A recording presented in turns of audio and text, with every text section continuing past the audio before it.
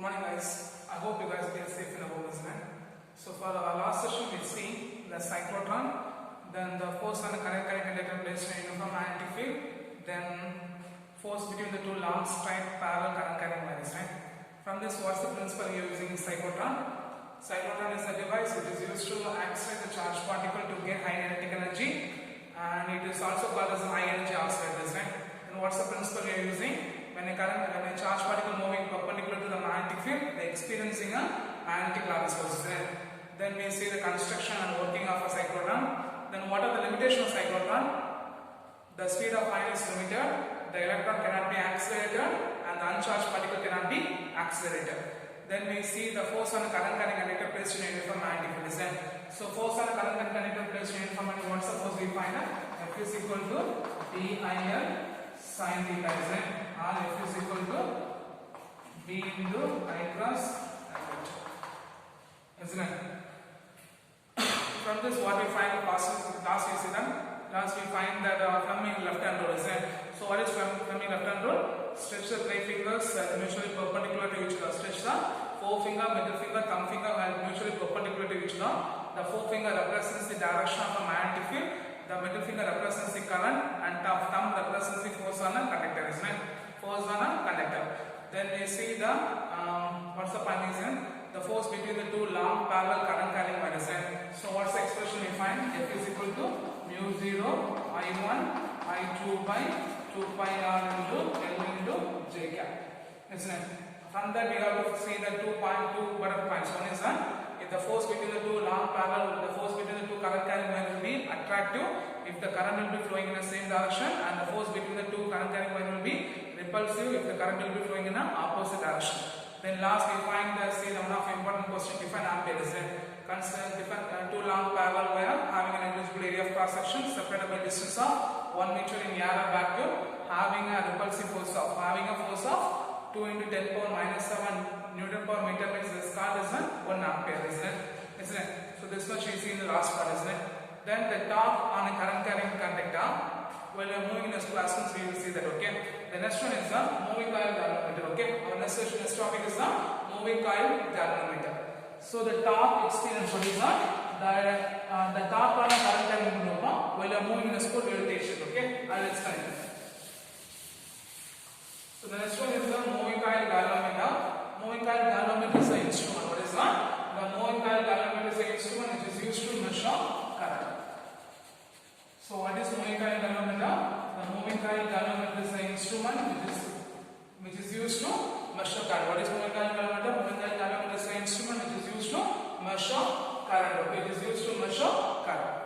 Okay, it works on the principle when the current carrying loop, what's the principle of moving coil galvanometer? When the current carrying loop placed in a uniform magnetic field, what is that? When the current carrying loop placed in a uniform magnetic field, they experiencing torque. They experience a torque. So what's the principle of moving coil galvanometer? When the current carrying loop is placed in a uniform magnetic field, what is that? When the current carrying loop is placed in a uniform magnetic field, they experience torque. Okay. So what is my torque? One of the force into perpendicular distances, right? So what is my torque? One of the force into perpendicular distance between the 2 points.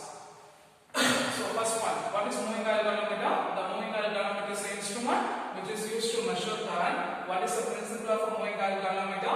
When the current carrying loop is placed in a uniform magnetic field, they are experiencing a torque. They experience a torque. The next one is the construction. Okay, next one is the construction. It consists of a rectangular coil. What is that? It consists of a rectangular coil of wire. It consists of a rectangular coil PQRS, a coil of thin copper wire. What is that? Of a thin copper wire. The copper wire will be insulated under the soft anchor, or the copper wire will be insulated or wounded over the light metallic frame. Okay. So what's the first point? It consists of a rectangular coil PQRS, of coil of copper wire. It will be wounded over the light metallic frame.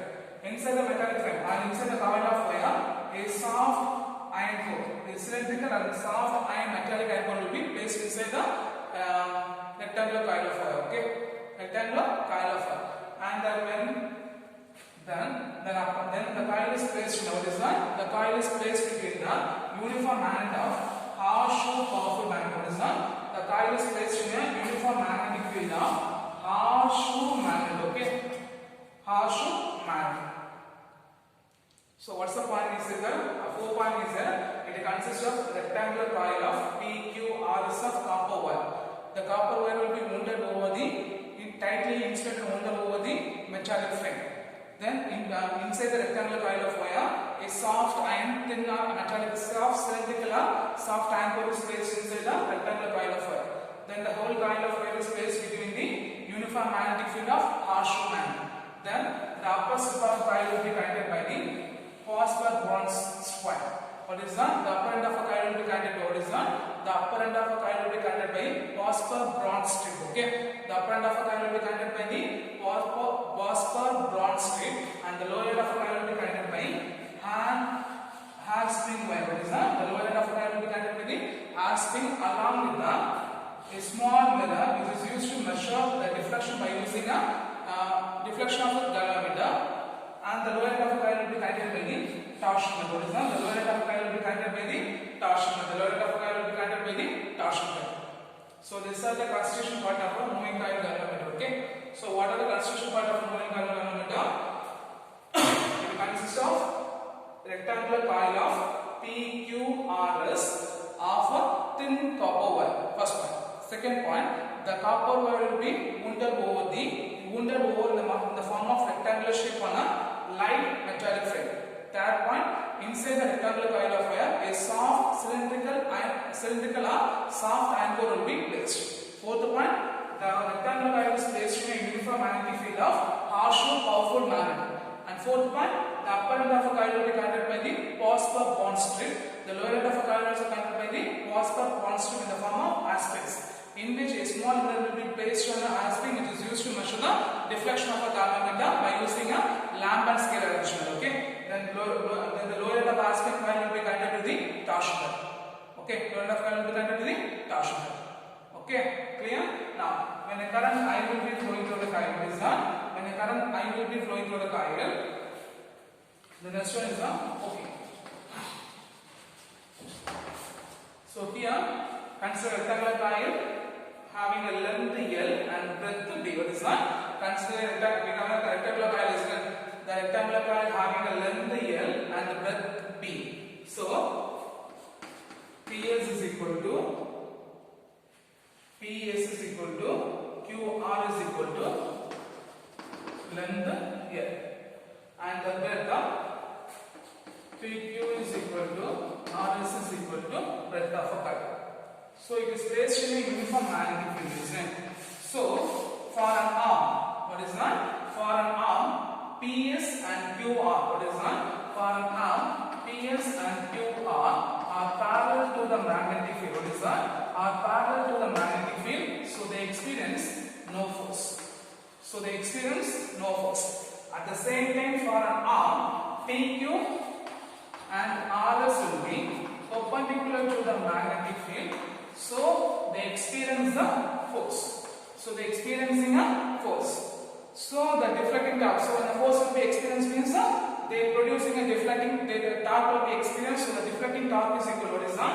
So when the current will be flowing through the coil for an arm PQ and RS, they experiencing a force. So the deflecting torque will be produced. What is that? They experiencing a deflecting torque will be produced. So the deflecting torque is equal to what is that? The deflecting torque is equal to tau is equal to B into F. Okay. So here the length will be great. So tau is equal to B into BIF. So length into breadth. What is the length into breadth? Area. So tau is equal to BIU. This will be equation number 1. In case if the number of n be the number of turns of coil, what is that? If n be the number of turns of coil present in the rectangular coil means, if n be the number of turns present in the rectangular coil means, what is that?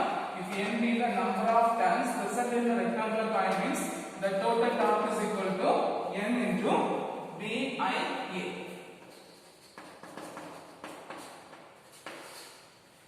Okay, clear? So what are the point we say that? So for rectangular arm, PQRS is a rectangular coil placed within a uniform magnetic field. So for arm, PS and QR is equal to the length of a rectangular coil, and PQ and RS is the breadth of a coil. If for a tank, the arm PS and QR are parallel to the magnetic field, so they are experiencing a no force. At the same time, PQ and RS be the perpendicular to the magnetic field, so they are experiencing a force. So when the current carrying coil is placed in a magnetic field, so the experience of force means the torque will be experienced. So the deflecting torque tau is equal to B into F. So the force experienced on a conductor BIL, so tau is equal to B, capital BIL, small b with the breadth, capital B with the magnetic field. So length into breadth is equal to what is that? The length into breadth is equal to area of a coil. So tau is equal to BIA. Okay. So what happened here? If the coil having n number of turns, so the deflecting torque is equal to NBIA. So when the torque will be produced means to the spring, it will be restoring force will be developed. So the restoring force will be the restoring torque will be directly proportional to couple per unit test. What is that? The restoring torque will be directly proportional. What is that? The restoring torque will be directly proportional to the amount of twist. Okay. The restoring torque will be directly proportional to what is that? The restoring torque will be directly proportional to amount of twist. So what we get tau is equal to K into theta. Here K represents the couple per unit test. What is that? K represents what is meant by K? Couple per unit test. What is meant by K? Couple per unit test. This will be equation number 3. So for equilibrium condition, what is that? For the equilibrium condition, the restoring couple is equal to the deflecting couple is equal to restoring couple. What is that? The deflecting couple is equal to restoring couple. So if you substitute the both expressions, what we get? K into theta is equal to NBIA. From this expression, I is equal to what we get? I is equal to K theta by NBA. K theta by NBA. From this expression, K by NBA is equal to what is that? K by NBA is equal to constant G, or the deflection constant. What is that? Galvanometer constant G. So if the substitution is what is that? I is equal to G into theta. So just assuming this arm is the rest is the rectangular coil. Okay. So when the rectangular coil is placed in a uniform magnetic field. Okay. So for an arm, the upper arm and lower arm will be perpendicular and parallel to the magnetic field, so they experience no force. At the same time, the side of this arm, they experience the magnetic field, so what is that? They are perpendicular to the magnetic field, so they experience the force, right? So when they experience the force, means what happened there? They experience torque. This is the principle, isn't it? So when the current carrying coil is placed in a magnetic field, they experience the current carrying loop is placed in a magnetic field, they experience a torque. So torque times what happened there? It will be different. Okay, so what happened there? The deflecting torque is equal to tau is into B into F. So tau is equal to BIL, length into breadth is equal to ES, tau is equal to BIA. If n be the number of turns, what is that? If n be the number of turns, tau is equal to NBIA. So look at here below that, R spring is there, isn't it? Below the R spring is there. So when it is moved, this means the R spring will be, the restoring force will be due to the R spring, the restoring force will be developed, which makes the coil back to the original position, isn't it? So what happened there? The restoring torque will be developed. So the restoring torque will be directly proportional to amount of twist. So tau will be proportional to theta. So tau is equal to K into theta. Here the K represents restoring couple per unit twist. What is by K? Restoring couple per unit twist. For an equilibrium condition, the deflecting couple is equal to the restoring couple. So K theta is equal to NBIA. Okay. So from this expression, I is equal to what is that? K by K theta by. So this will be a restoring couple. This will be a deflecting couple. Okay. I read wrong like that. From this, I is equal to K theta by NBA. We know that K by NBA is equal to G. That's called as a galvanometer constant. That's called as a galvanometer constant. From this, we can say that I is equal to G into theta. Okay. So these are the parts you have to write in a moving coil galvanometer. Okay. And the galvanometer will be more very sensitive for practical uses. We are using a Point type galvanometer only you are using. Okay, clear? So what is the moving coil galvanometer? Moving coil galvanometer is an instrument which is used to measure current. What's the principle? When a current carrying coil is placed in a uniform magnetic field, they experiencing a torque. So what's the construction for that? It consists of a rectangular coil of PQRS having a thin copper wire. The copper wire will be tightly wound or instead wounded over the light metallic frame. Inside the metallic frame, a soft cylindrical soft anchor will be placed. The upper rectangular coil will be connected by the phosphor bronze strip, and the lower rectangular coil will be connected to the hair spring. Okay, in which a small scale lamp will be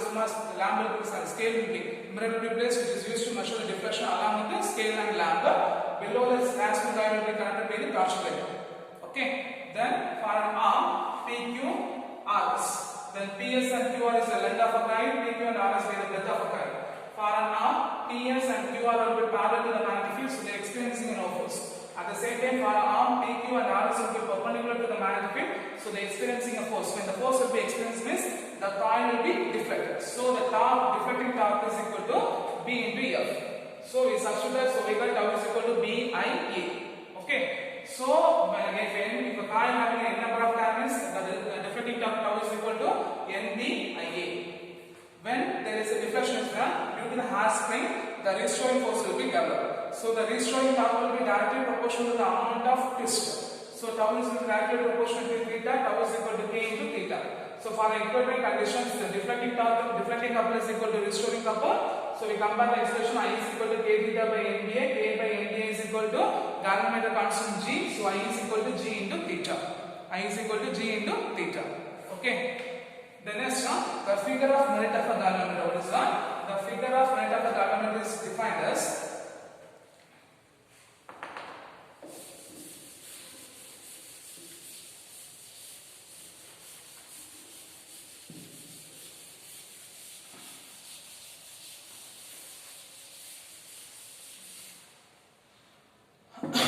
current equal to producing a deflection of, what is that? Current equal to producing a deflection of one scale division in the galvanometer.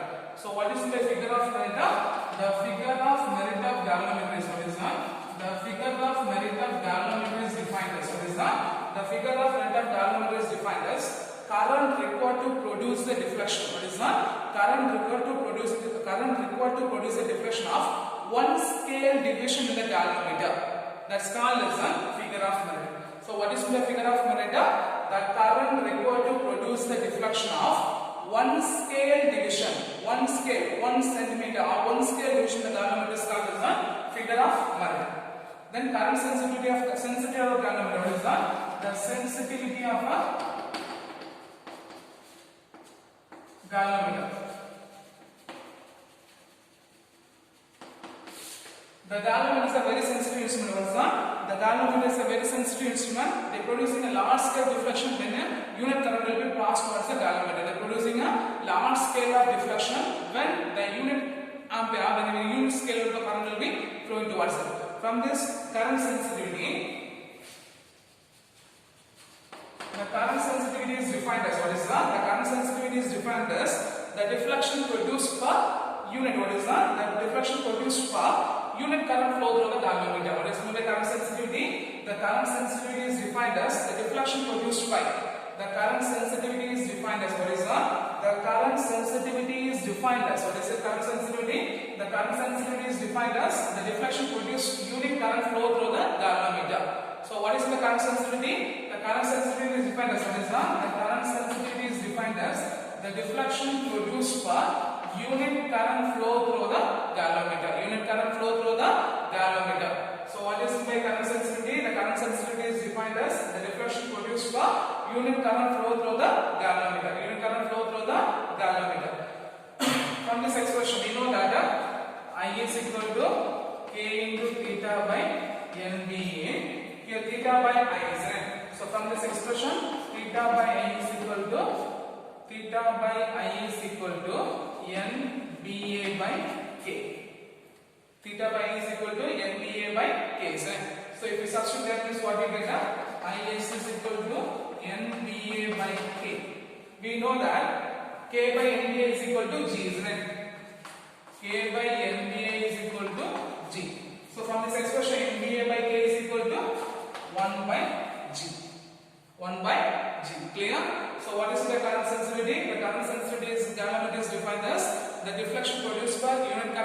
the galvanometer. What is the deflection produced per unit current flow through the galvanometer? What is the deflection produced per unit current flow through the galvanometer? The next one is the voltage sensitivity.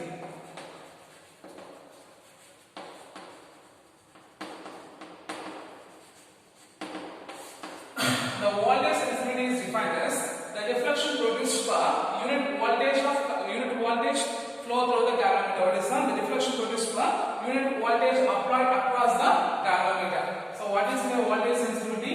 The voltage sensitivity is defined as what is the voltage sensitivity is defined as the deflection produced per unit voltage across unit voltage applied across the galvanometer. What is meant by unit voltage sensitivity? The voltage sensitivity is defined as the deflection produced per unit voltage across the galvanometer. Okay. So what we get Vs is equal to what is that? Vs is equal to say that theta by what's the formula for V? I into R, isn't it? So I into Rg. I into Rg. So theta by I. Already we find theta by I is equal to 1 by G, isn't it? Theta by I is equal to 1 by G, isn't it? Theta by I, NBA by K, which is equal to 1 by G. So if you substitute what we get, Vs is equal to 1 by G into Rg. So we know that 1 by G will be Is. So if you substitute what we get, Vs is equal to Is by Rg. Vs is equal to Is by Rg. Otherwise, you have to substitute the value of theta by I. What's the value of theta by I? NBA K by K into Rg. NBA by K is equal to 1 by G. So we get Vs is equal to 1 by G is equal to Is. So Vs is equal to Is by Rg. Okay. So first what is part is the figure of merit of a galvanometer. What is figure of merit of a galvanometer is defined as the deflection produced per what is the deflection produced the current required to produce the deflection of unit scale division in a galvanometer. What is the current required to produce the deflection of unit scale division in a galvanometer. The current required to produce the deflection of unit scale division in a galvanometer. Then second one is the sensitivity of a galvanometer. The sensitivity of a galvanometer will be very high when it is producing a large deflection when a small amount of current will flow through the galvanometer. The third one is the current sensitivity. What is the current sensitivity? The current sensitivity is defined as the deflection produced per unit current flow through the galvanometer. What is the deflection produced per unit current flow through the galvanometer? So theta by I. Already we know theta by I is equal to NBA by K. So NBA by K is equal to 1 by G. Okay. So Is is equal to 1 by G. From this expression, the next is the voltage sensitivity. What is voltage sensitivity? The voltage sensitivity is defined as the deflection produced per unit voltage. We know that V is equal to I into R. So I into Rg because the galvanometer resistance.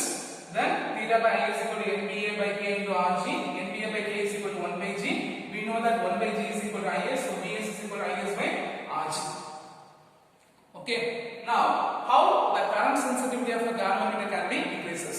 How the current sensitivity of galvanometer increases means the current sensitivity of a galvanometer. What is that? How the current sensitivity of a galvanometer can be increases means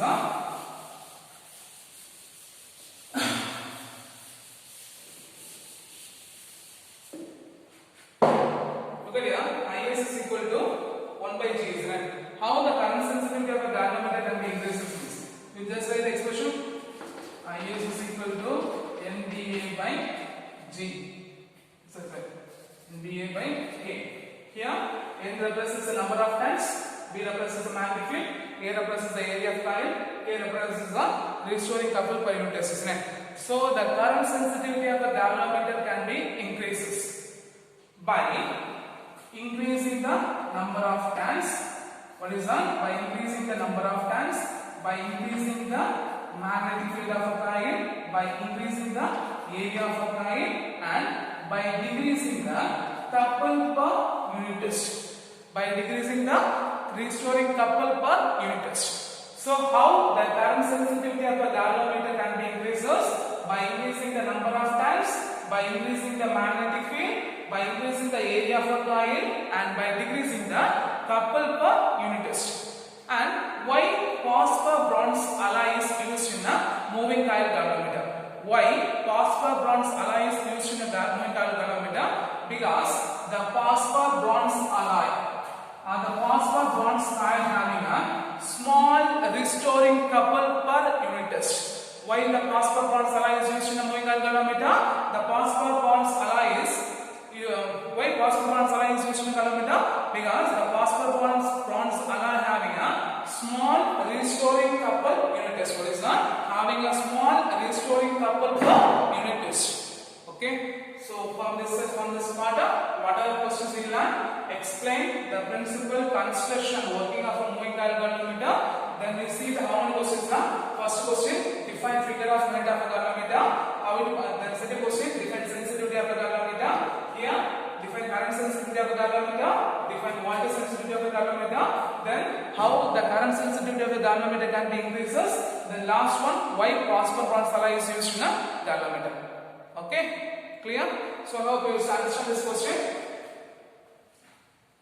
Thank you guys.